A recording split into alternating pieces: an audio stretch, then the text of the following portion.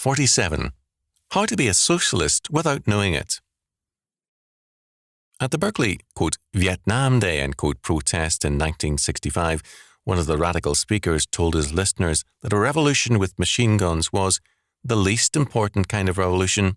Quote, the revolutions that are really important go on in people's minds and in the way they think and feel. End quote. The opposition has cause for rejoicing. This revolution has largely been won. People think and feel like socialists and communists. An important test of this is the question of guilt. From the biblical perspective, a man is responsible for his thoughts and actions and is guilty if he transgresses the law. It is therefore a necessary act of maturity and of grace to confess our responsibility, to own up to our acts.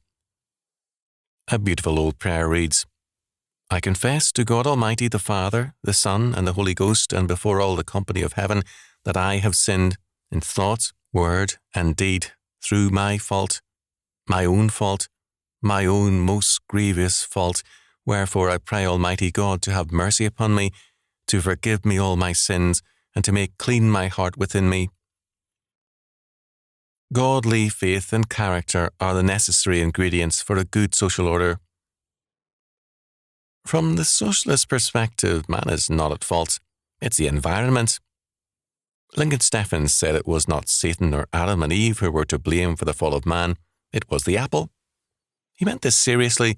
It is economic determinism.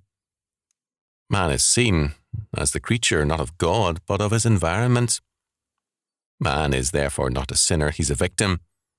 The criminal's problem is not bad character, rather it's a bad environment, a poor home and the like. As a result, we can't blame the delinquent or the criminal, we must blame their home, school and employers.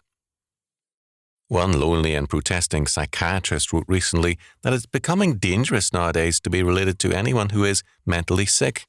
You, not the person, will be blamed for it. Parents are blamed for their children's sins, and no doubt soon children will be blamed if their parents go wrong. When confronted by a man's crime, breakdown or failure, do you blame circumstances, the family, other people, the economic system or anything else other than the guilty individual?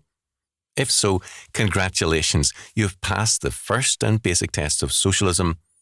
Thou shalt not blame the man or call him a sinner, but thou shalt excuse him by blaming his environment.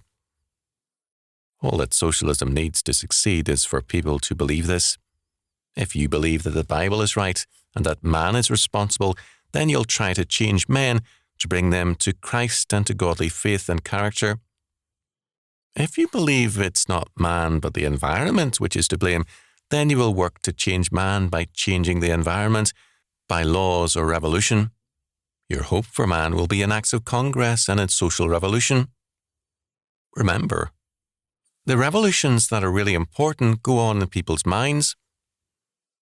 The basic revolution for Marx was to subvert men's trust in Christian faith and character as the force for true social change by substituting a belief that not man but his environment is to blame when man sins.